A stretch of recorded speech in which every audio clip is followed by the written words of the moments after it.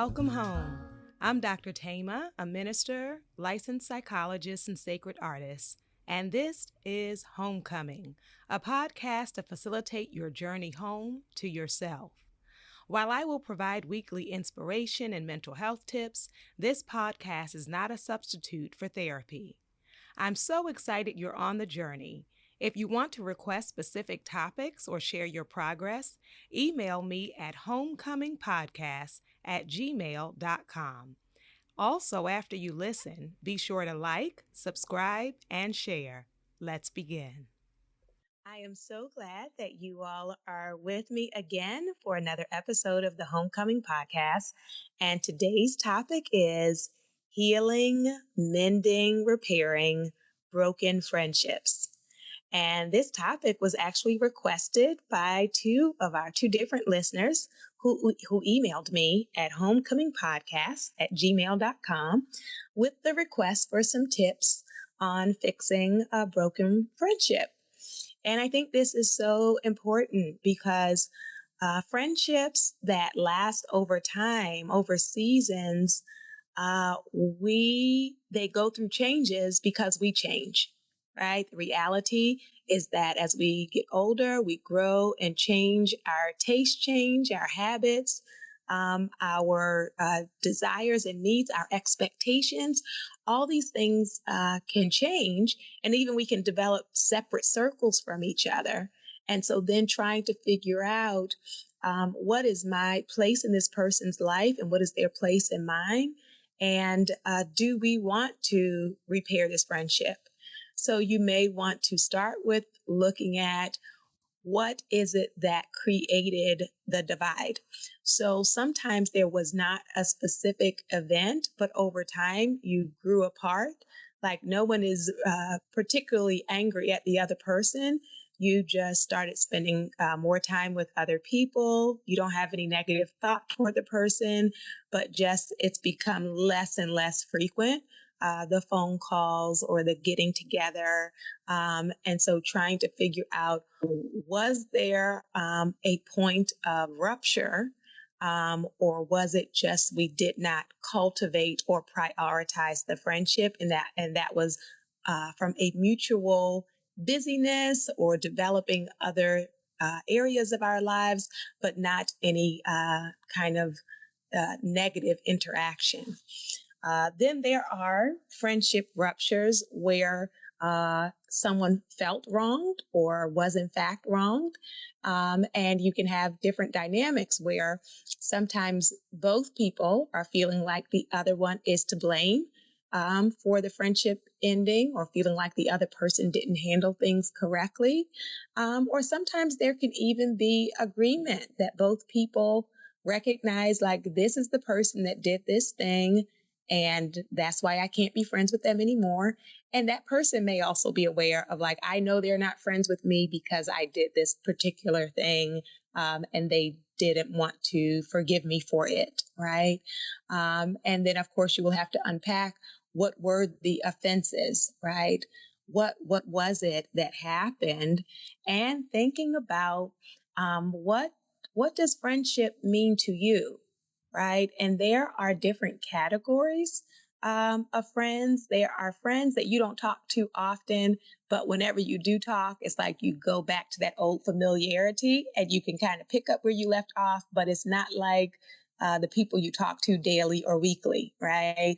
And then there are friends that are really more acquaintances, right? You know them, and you consider them a quote unquote friend, but they don't really know a lot about you, and you don't know a lot about them. And so some of us have that gift of being friendly, but not being intimate, right? So, some people can smile a lot and talk about very surface things, and you can even hang out with them, but you still don't really know them, right? And there could be a number of reasons why they don't reveal more of themselves in that space. And then there are those, what I would call strategic friendships, which are really kind of more networking, or some people would call it using, where some people want to know you because of who you are, or a skill or gift or resource you have, or who you know. And, we'll see that people respond to us differently when they have different types of information about you, right? Then suddenly, right, they want to be your quote unquote friend. Um, and then we have those that we can really be honest with, that we can really be transparent with, those who are not just fair weather friends or good time friends. I'm talking about the ones who show up when you're in a storm, when you are really going through, they are not absent, right? They are present, and they get you, that you feel accepted in their presence. You don't have to pretend. You don't have to fake it. That they encourage you, right? They encourage your dreams. They see the good in you. They are able to value and celebrate you in the friendship, and it's mutual, right? But I will say there are also one-sided friendships or relationships where you're always the giver or the taker, and the other person is always either the giver or the taker. So it's not mutual, right? What I say for those who come from a church context is like the difference between ministry or friendship, right? Meaning with ministry, often this is someone who you are helping or supporting or encouraging, but it never is returned. And for both of you, you may not expect there to be a return or for a mutuality, right? But having to be clear about what is friendship to me? What am I looking for in a friend? How close do I actually want people to be to me? How much do I want to be known? Right? Because just like some people only date emotionally unavailable partners, some of us only pick friends that can be very surface because we don't actually want to be known. Right?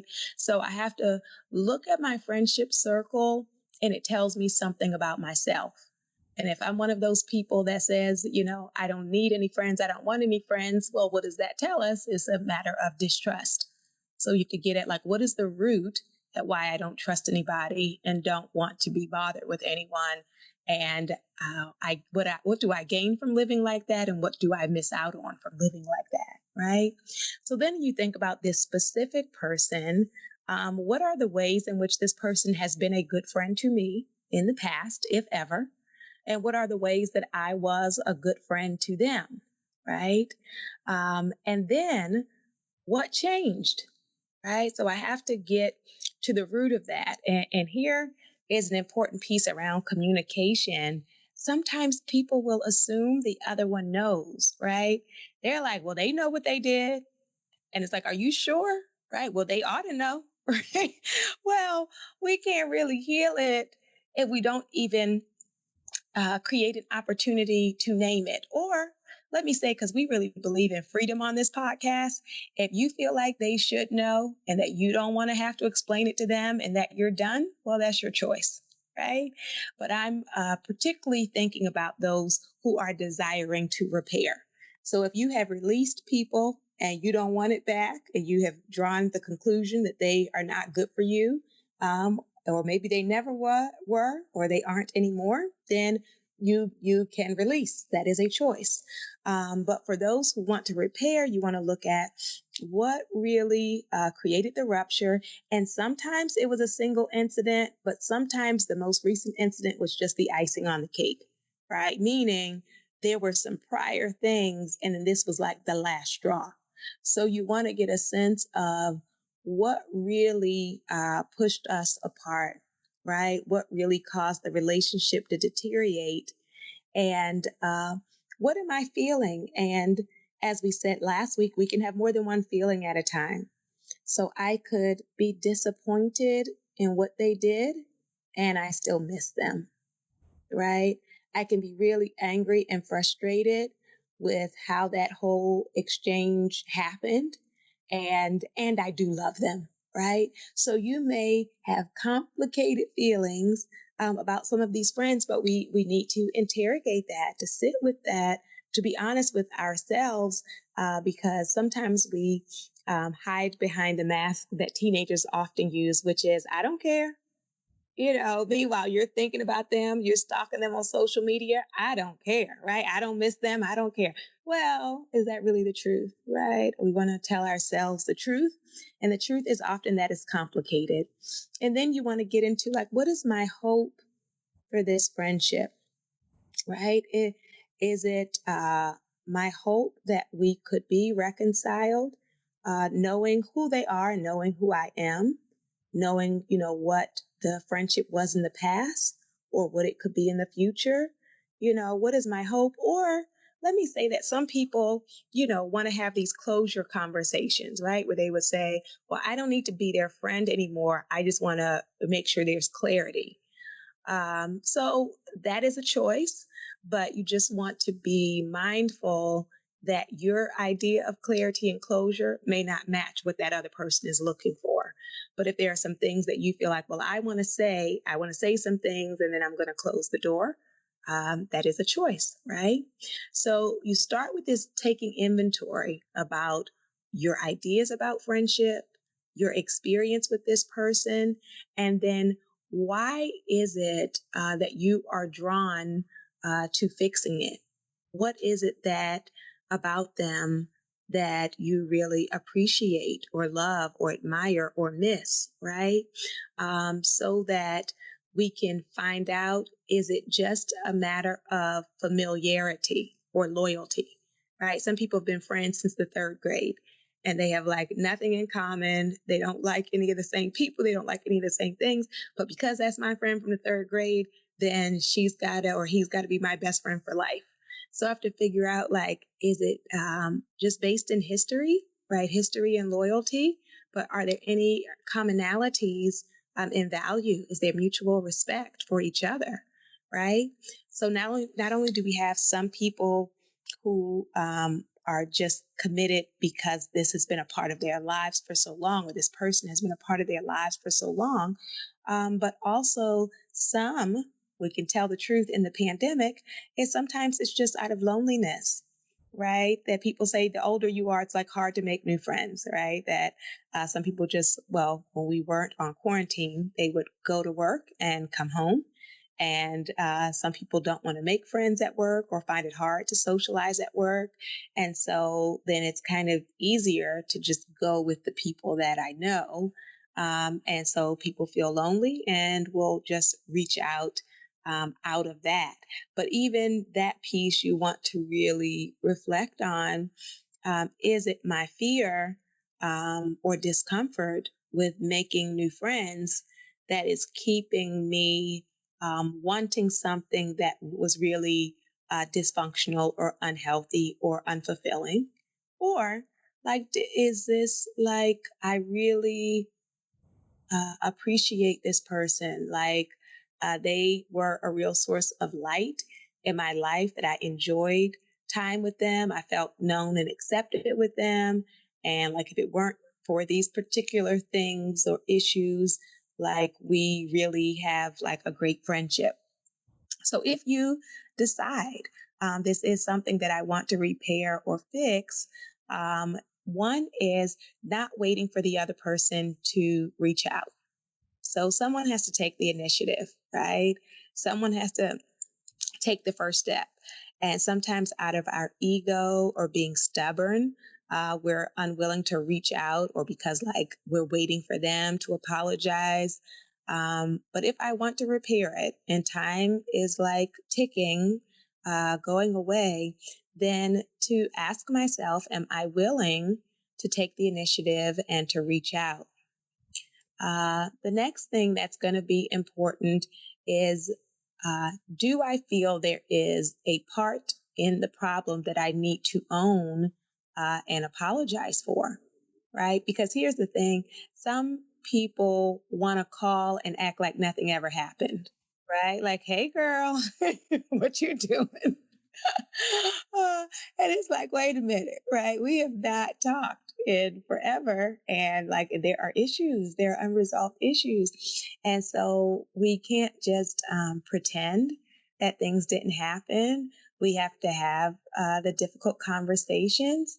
And if you, and it's again, only if it's sincere, when we're talking about homecoming, It's not about reading from a script or being fake, right? But if you sincerely apologize, regret something you said or did toward the other person, then being willing to share that, to speak that. And here's the part in that is we cannot come in with the requirement of what the person needs to say back to me, right? Because there are different things that people might say. They may say, oh, well, like I messed up too. And then it's like a mutual apology. Or they may say, I don't accept your apology. Or they may say, well, I'm glad you apologized, but I don't want to fix the friendship, but thank you for the apology, right? So people can respond in a number of ways, and it sometimes throws us off when we have in our mind this script of how it's going to play out. So when you take the initiative to reach out, when you apologize for, if you want to apologize about anything, to not come in with this narrow view of what is going to happen next, but I need to be prepared for whatever may happen, right? Because me wanting to repair it is only one person in the friendship, right? It takes two people for us to mutually want to be friends, right? So then I can just make peace with myself of, even if this person doesn't want to repair it, I'm not going to feel bad for giving my apology, right? Even if they don't apologize too, that what I said was true, right? See, I'm only going to be angry about apologizing if it wasn't sincere, right? So instead, if it comes from a sincere place and they say whatever it is they want to say, even if that is the end of it, right? Then I spoke truth. I spoke my truth. Yes. So then, not only that, we want to um, shift our expectations, because sometimes in friendship, we are expecting people to act like us, think like us, talk like us, and that is a setup for disappointment. So instead, I need to learn my friends so that I know who to go to for what, right? I was talking to someone the other day, a friend, and she was talking about another friend of hers who she knows like can't keep a secret, right? Like it's not malicious. It's not, this woman just like runs her mouth all the time. And so she's like, that's my friend. And I am also very selective about what I say to her because I just know she can't keep it, right? That is who she is. Yeah. So some people may say, well, then like, that's not my real friend and I'm going to cut them off. Or, that they would say, I engage with them at a level of awareness of knowing who they are. Right. So are there some expectations that I need to shift? This can come up around money, where some of us would give away our last dollar and then get very disappointed if you're in a rough point and realize that some of your friends are not as materially generous as you are. Then you have to decide, like, does that mean that they're not really my friend if they don't match me in levels of generosity in that particular way? So, like, what can I expect? And my expectations are based on my observations, right? My expectations are based on my observations, not based on how I act or how I would respond in a particular situation, right?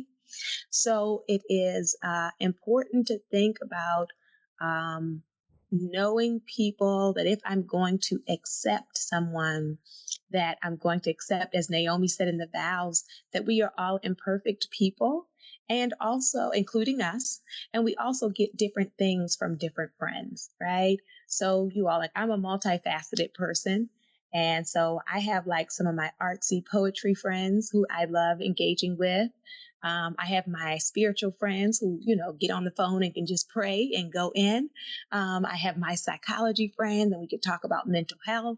I have my community activist friends that can talk about, what is needed to transform and empower the community. And then I'll have like some of those rare people who can go between those different conversations, and like they occupy those in different ways. But I am not less of a friend to people who I have a particular flow with, right? So I have some very good friends in the field of psychology. And, if I were to talk about artsy stuff, that's just not them. So it's not that I have to be fake with them. I just know like at where they can meet me, right?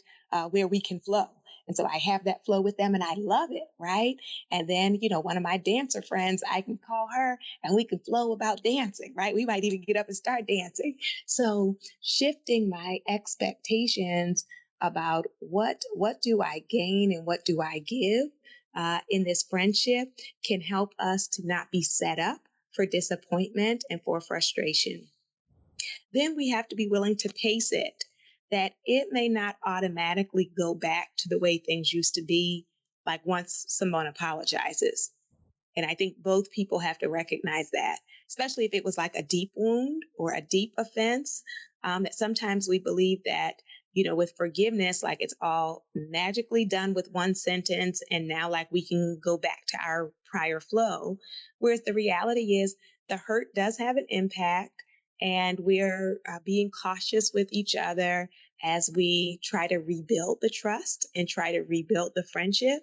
And so to have patience with that process, as long as it's clear both people are wanting to try to figure it out, right? So it's not a kind of thing where this person doesn't want to be my friend and I'm trying to convince them to be my friend, right? But instead, like if we are willing to work with it, work on it with a sense of patience is really important. And then we want to be able to start creating some new memories together, right? Because if all of the good memories are in the faraway past, and the only thing we have in our present is the disconnect, is the drama, then it's hard to keep trying to go back to, well, I remember 3 years ago we had a good time. It's like, can we try to start creating some new memories now? Right? Try to start creating some new pieces now. Now, I do want to say if you were the one who was hurt in it, to be able to express what you were feeling without um, demonizing the person. So I can talk about how I didn't appreciate an action or like how that made me feel or how I experienced that without me attacking your character, right? Because clearly, if you just think at their core that they're a rotten person, then we don't even really need to have the conversation because you've already kind of dismissed them. But if I am open to the possibility of repair, then it really is about identifying the actions I didn't like or the things or the attitudes I did not like or appreciate and why, without making it that is that person's identity. Yeah. So it then is important finally to think about how can we make the friendship even stronger than it was before, right? So there was quote unquote the good old days, and then some difficulty happened, and there was a disconnect. Now we're working to repair, communicating openly, apologizing. And also, even before you reach out, you can allow a little bit of time for the dust to settle because sometimes people are so caught up in their emotions, including us, that it's hard to really be clear of like what's really going on because we're overwhelmed. So after you've taken like a little pause to reach out and to try to really talk about the issue and to talk about what you miss about the friendship, right? That what you value, what you appreciate about them, as we look to see can we create some new memories? And then finally, can it be even stronger than it was before? That there are some friendships that if you have had some falling out, but then you all were able to come back, it's like now we're at a whole nother level, right? Because we had some tough conversations, right? We had some difficult moments. It's like, with romantic relationships that like if we can talk through some stuff on the other side of this, it is possible for the friendship to be even stronger because we had to get really honest and really vulnerable about where we were. So, my hope for you as you come home to yourself is that you would be able to repair some of the things that have been broken in your friendship or relationship lives, that there is a skill and a gift to being able to release people. And there's also a skill and a gift to be able to recover, to be able to rebuild. And it is not for anyone else to decide outside of the people in it to determine, is this a season or a moment for release? Or is this a season or a moment for rebuilding? Right. But the decision does have to, at least for the rebuilding, the decision has to be mutual, right, in order to repair the friendship. And if the repair is not working, or even if the repair does work, I really hope for you that out of your authentic living, that you would be open to new possibilities as well, either deepening old friendships and being more open, honest with each other, and or creating new friendships that are based and rooted in a foundation of honesty, in love, and respect. Because friendship, when it is authentic, oh, it is such a gift. So I invite your heart. I invite your heart. I shifted it on today to tell your mind, spirit, soul, and body, welcome home.